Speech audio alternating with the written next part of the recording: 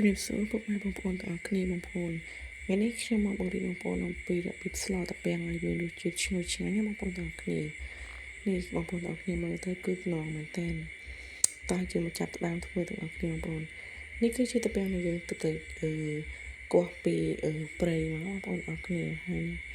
គឺយើងយកតើធំមកខ្ចីបងប្អូនទាំងអស់គ្នាយើងកោះវាហើយយើងលាងទឹកវាស្អាតបងប្អូនទាំងអស់គ្នាយើងឆ្កឹះសបកឆ្កឹះអីវាចេញមកតោះមកយើងធ្វើការហាន់វាបងប្អូនទាំងគ្នាយើងដាក់ទឹកធម្មតាយើងនឹងឲ្យដាក់អំបិលបងចូលមកជិបមក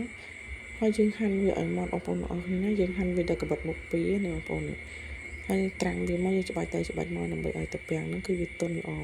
ហើយចំពោះត្រីនេះគឺខ្ញុំទិញគេបងប្អូនទាំងគ្នាត្រីកតុយក្រហមខ្ញុំទិញតែ2ក្បាលបងប្អូនយើងដាក់ត្រីទៅស្លទៅគឺវាទន់គឺមានឆ្ងាញ់មែនទែនបងប្អូនទាំងគ្នាហើយនេះយើងដួសវាដាក់ចូលឆ្នាំងមកច្បាច់វាលាងដាក់ចូលឆ្នាំងហើយយើងបងកុំភ្លេចដាក់អង្ករមកច្បោកបងប្អូនណាពេលយើងដាក់ទៅគឺយើងធ្វើឲ្យនិយាយទៅគឺតាមតំបន់បងប្អូនទាំងគ្នាហើយដល់ពេលយើងដាក់ទៅហូបទៅយើងមិនហូបមួយបាយក៏បានដែរវាឆ្ងាញ់អញ្ចឹងព្រោះយើងតាពាំងយើងច្រើនហើយតាពាំងធម្មជាតិយើងយកវាទៅបង្ងាស់លើភ្លើងចោលសិនបងប្អូនហើយយើងទៅរកបន្លែផ្សំនេះបងប្អូនទាំងគ្នាស្លឹកងប់នេះគឺល្អមែនតើបងប្អូនទាំងគ្នាទៅដល់ឃើញល្អខ្ចីពេកកាច់យកបងប្អូនយ៉ាងនេះយើងសាបជាមួយតាពាំងគឺឆ្ងាញ់មែនតើបងប្អូនទាំងគ្នាហើយខ្ញុំមានផ្ទៃបងប្អូនទាំងគ្នាផ្ទៃនេះគឺខ្ញុំទិញគេដែរទេគឺទិញតែ500រៀលបងប្អូនហើយតើពេលយើងកាត់វាហើយបងប្អូនទាំងគ្នានេះគឺឡើងខៀវស្ងប់ស្ងាត់ខ្ចីមែនតើយើងក៏ទៅបេះស្លឹកទៀបបងប្អូនទៀបបាយយើងហ្នឹងខ្ញុំអត់មានទៀបបារាំងទេខ្ញុំមានតែទៀបបាយខ្ញុំដាក់ស្លឹកទៀបបាយបងប្អូនអត់មានធំក្លិនអីទេបងប្អូនដាក់ទៅនិយាយពីថាឆ្ងាញ់អូយឆ្ងាញ់ហើយបន្លែធម្មជាតិបងប្អូនហូបអូយនៅបងប្អូនពេលដែលវាពុះហើយយើងជ្រុំប្រហុកវាចូលបងប្អូនជ្រុំប្រហុកវាទៅពេលយើងប្រហុកដាក់មុងទៅបានហើយបន្ទាប់ពីហើយយើងដួសអាពពុះលើទៅយើងបងត្រីចូលបងប្អូនដល់គ្នា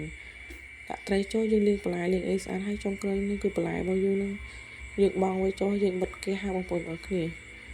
មុននេះក៏យើងដាក់ចូលតាមមកច្បក់ទៅគឺវាទន់ហើយបងប្អូនដើម្បីរក្សាភាពខៀវរបស់វាគឺយើងត្រូវតែបិទគេបងប្អូនងាយហើយនិយាយទៅឆ្ងាញ់បងប្អូនអរគ្នាខែនឹងត្រូវឲ្យធ្លាក់ព្រីមួយ2យើងទៅពាំងវាលោតចឹងរៀងសបោបងប្អូនអាចធ្វើហូបបានណាបងប្អូនអរគ្នានេះគឺតំណែងមែនតើបងប្អូនឆ្ងាញ់បងប្អូនហូបអស់ពីឆ្នាំងទៅមកបងប្អូនអរគ្នាបងប្អូនអាចសាច់បងធ្វើតាមខ្ញុំបានណាហើយបន្លែគឺនឹងទន់ហ្មងបងប្អូនអរគុណច្រើនជម្រាបលាអរគុណសម្រាប់ការតាមដានទស្សនាបងប្អូនអរគ្នាកុំភ្លេចជួយ Subscribe វីដេអូរបស់ខ្ញុំផងណា